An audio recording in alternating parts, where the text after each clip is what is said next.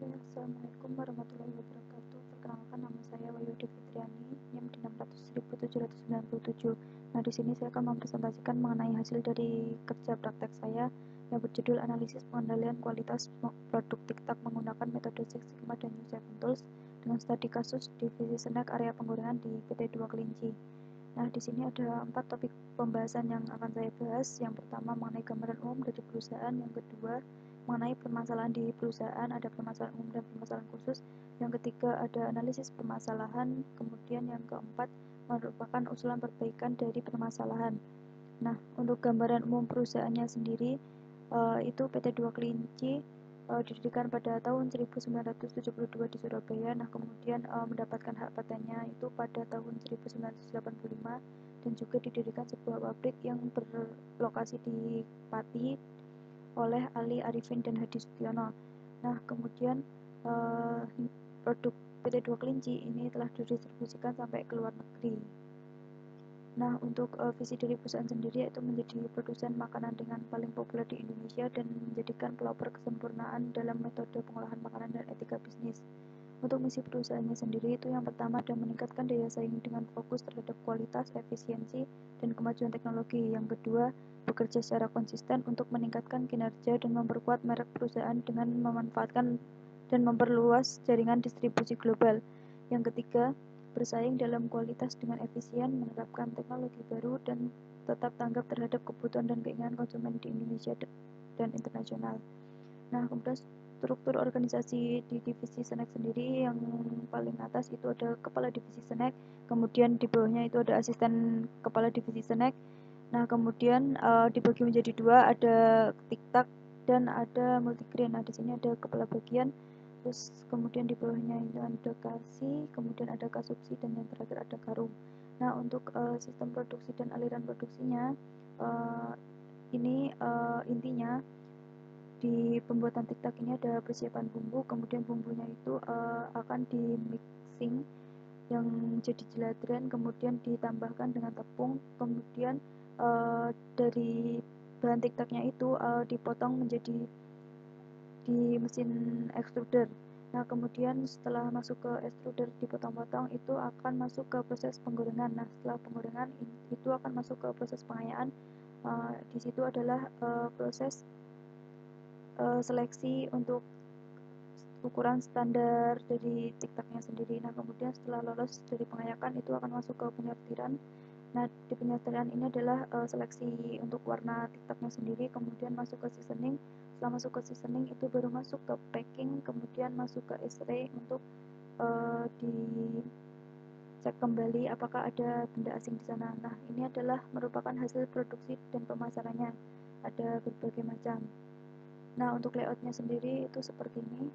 Kemudian permasalahan di perusahaan ini ada permasalahan umum. Yang pertama ada suhu ruangan yang panas yang timbul dari mesin CF yang dapat menimbulkan kelelahan pada para pekerja. Kemudian kondisi lantai yang licin akibat tumpahan minyak mesin CF ini sangat berbahaya, bisa menyebabkan para pekerja itu tergelincir. Nah, kemudian pengecekan minyaknya itu tidak menggunakan APD dan pekerja tidak menjalankan SOP, banyaknya produk yang tidak sesuai standar itu masih lolos. Kemudian yang terakhir adalah banyaknya cacat pada kemasan produk.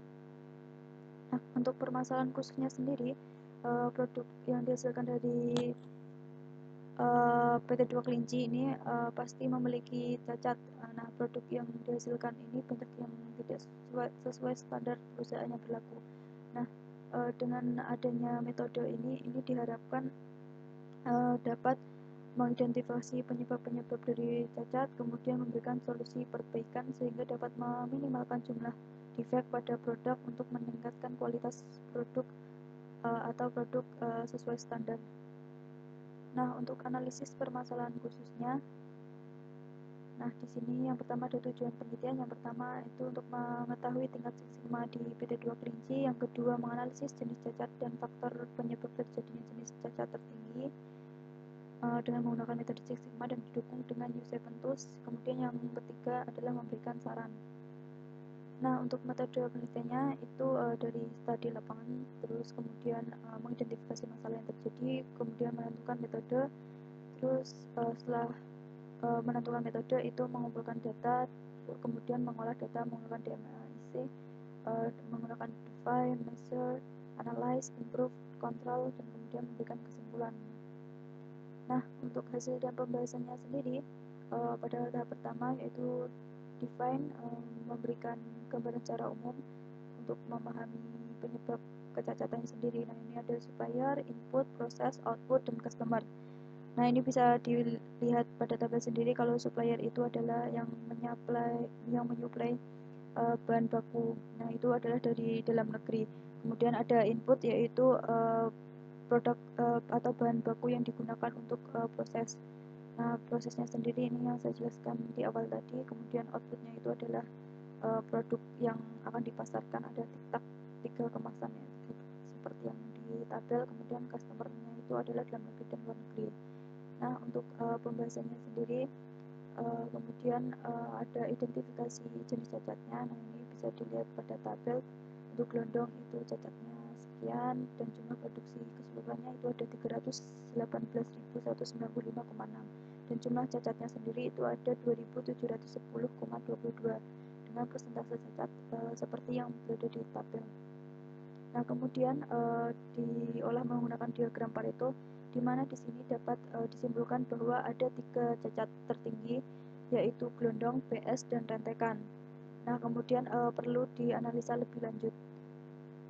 Nah, tahap measure ini menggunakan peta kendali yang pertama. Nah, dari peta kendali ini dapat disimpulkan bahwa data yang didapatkan itu masih dalam batas kontrolnya. Nah, kemudian mencari critical of quality.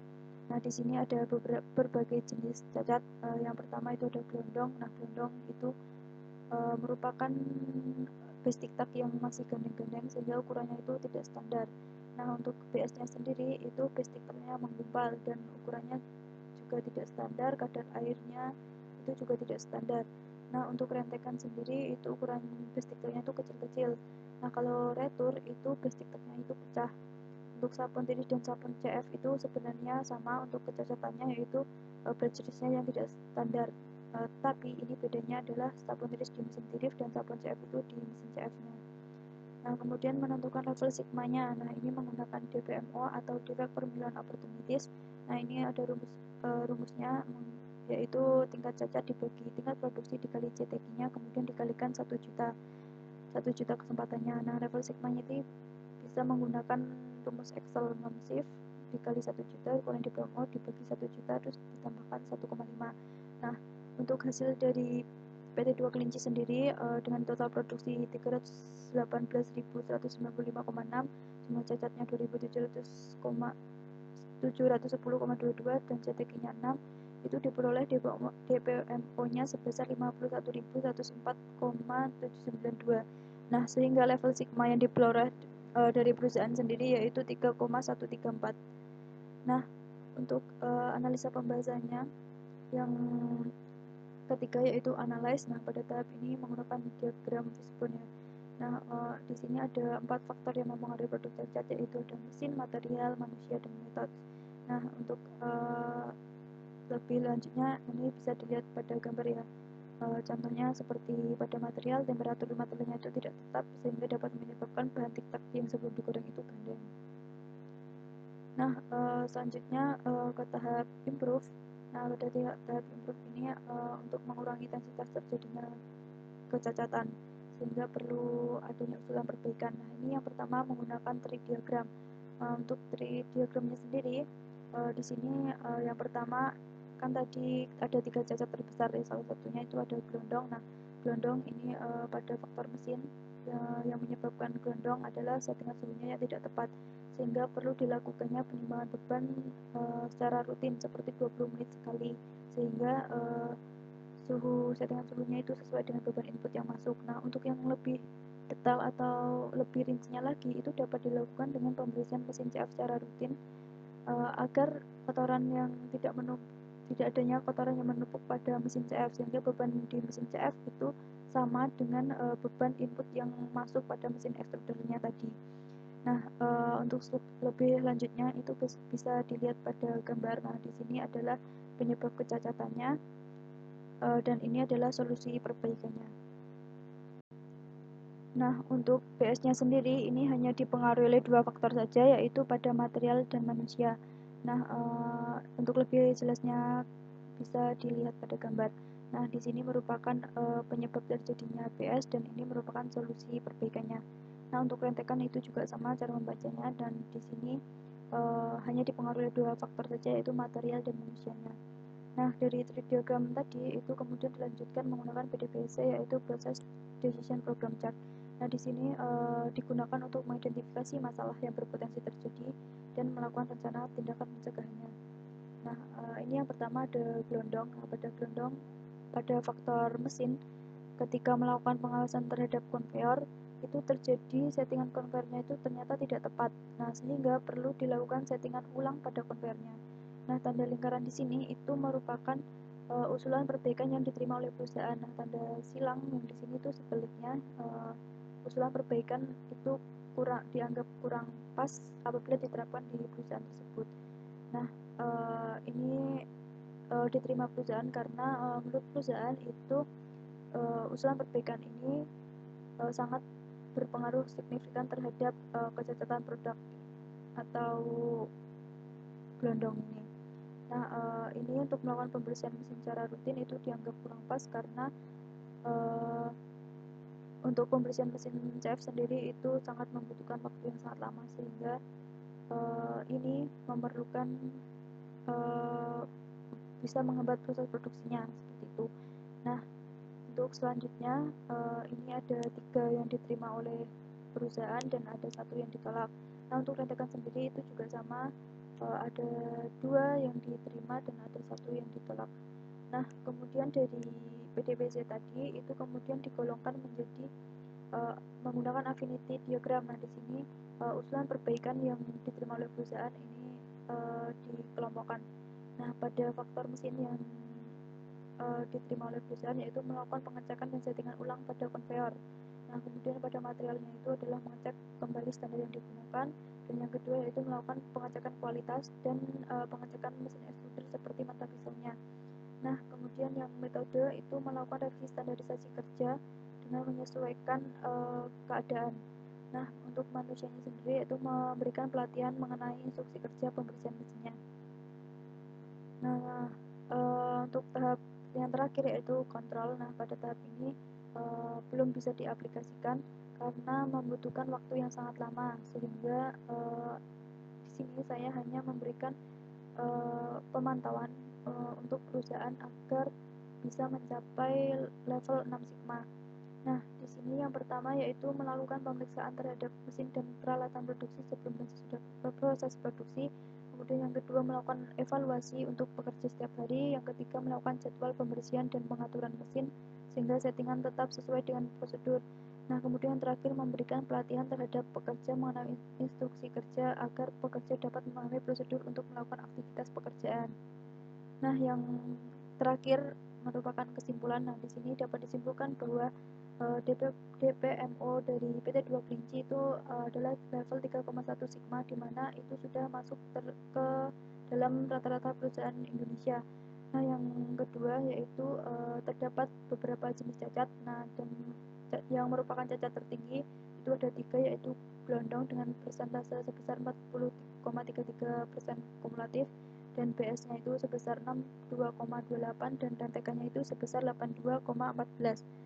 Nah, kemudian untuk sarannya itu ada beberapa, seperti pengecekan settingan ulang pada konveyornya, terus kemudian pada materialnya itu mengecek kembali standarnya, dan pada manusia yaitu memberikan pelatihan mengenai instruksi kerja pembersihan mesin, dan untuk faktor metodenya yaitu melakukan revisi standarisasi kerjanya.